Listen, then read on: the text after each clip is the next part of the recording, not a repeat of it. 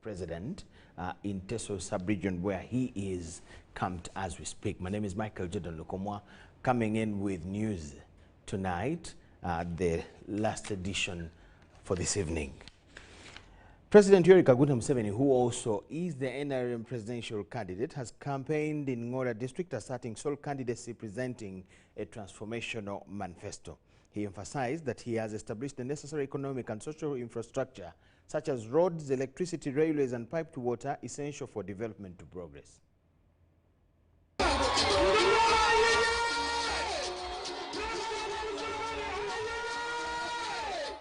The presidential candidate of the National Resistance Movement, President Yoweri Kaguta Museveni, arrived at the BKC Demo Primary School playground for his campaigns at a quarter to midday. He was warmly welcomed by a large gathering of NRM party supporters. President Museveni urged the residents of Ngora to support his candidacy, emphasizing that his manifesto is centered on the transformation of the country, as they have already witnessed his efforts in establishing peace and stability across the country. We managed to get peace. That's why you are no longer in IDP camps. You are now in your homes. So that is the first contribution I coach. And who did it? It was the NRM together with you people.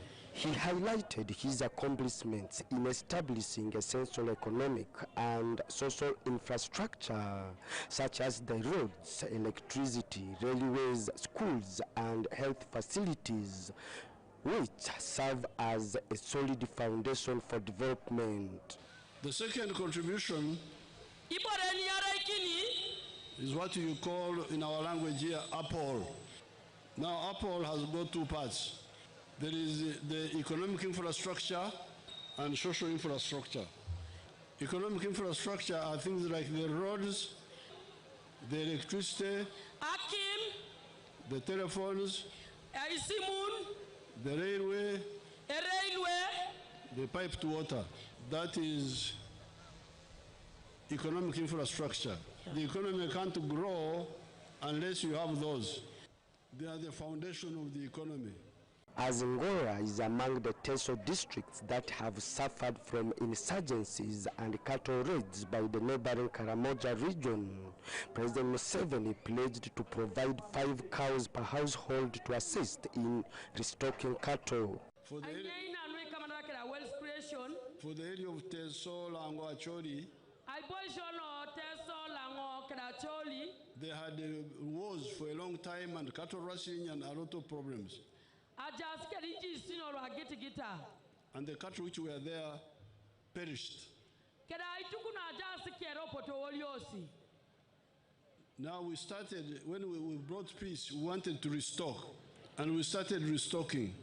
But along the way, some lawyers came in and they went to court. And the court ordered that we should pay some people. How shall we know them? Because it is a long time ago, there were no proper records. They said, no, you should pay. We didn't think it was a good plan, but we kept quiet. We cooperated with the court. And we gave them the money. 159 billion. But when I checked, it was not reaching the ground. And only a few people were benefiting. And there was quite a bit of Esabet here and here, Esabet there, Esabet here. So I called the leaders. I said, why don't we have a new approach? Give a flat number for all homesteads. And I suggested a number of 5 per homestead.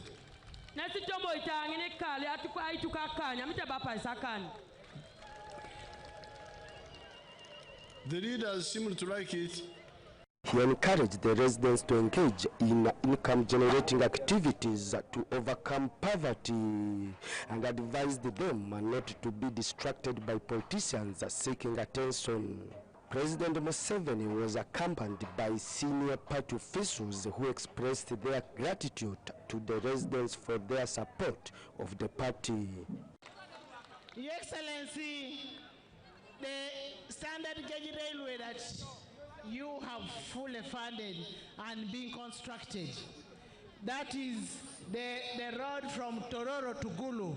The standard gauge railway passes Ngora, and the people of Ngora are bound to benefit. We have already tried to engage with the people of Ngora, and many of them are telling us they are giving a feedback on the issue of the messages the president is giving. So I want to thank the president for that, because he's actually educating us as the people of Uganda. I want to appeal to the leaders and the people of Uganda to remember that 2026 we must not forget to vote for President Yoweri Kaguta Museveni, because we cannot miss out on an opportunity that God has given this country. The NRM presidential candidate is scheduled to continue his campaign in Bukedia and the Bugisu sub-region district of Sironko tomorrow on Wednesday. Philip Aguta for UBC News in Ngora. Prime Minister Robinah Nabbanja has directed businessman Namis Chigundu to open up more culverts to allow a smooth flow of water into the Nakivubo Channel. Nabbanja was visiting Kampala traders who were affected by heavy downpour a few days ago. This morning, the Prime Minister of Uganda, Robinah Nabbanja, spent most of her time inspecting traders who lost their merchandise following the heavy downpour that caused the flooding of the city buildings on the 29th of October last week. Nabbanja had just returned from Egypt, where she had gone to represent the president, and she returned to quickly address the plight of the traders following President Museveni's directive.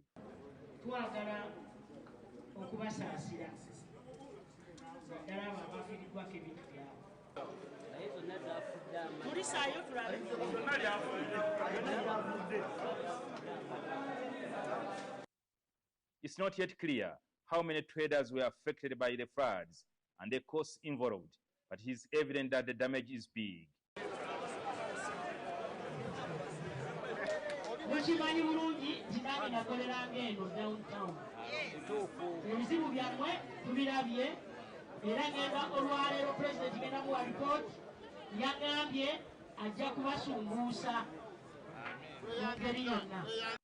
The Prime Minister was accompanied by the Minister for Kampala, Hajat Misa Kabanda, her deputy, Chofa Togabye, Kampala Executive Director, Sharifa Buzeki, and the KCCA technical officials. Practical as she is, Nabbanja entered the Nakivubo drainage channel to identify the challenges that could have caused the flooding, and she addressed the media in the drainage channel. I'm of the view that construction can go up, but down here, you don't know what will happen tomorrow. It may rain again. So the construction of culverts should start now to avoid a repeat of what happened. You have rightly stated, we need more culverts to get water into the channel here. But the bigger picture is we need to look at the future expansion of this channel, because as we are standing here, that day when it rained, this channel was actually flowing full. So as engineers and as ministry, we need to guide cases here to see, to understand this and to see how we can mitigate future overflows and see how it can be directed within the outside drainage. Businessman Hamis Chigundu was at this point together with the Prime Minister, where she directed him to open up more culverts to allow the smooth flow of water into the Nakivubo Channel. I think everybody has seen that the drainage channel has been constructed. Then two, according to the engineers, we have also seen that the culvert crossings that are supposed to carry water to the drainage channel are limited.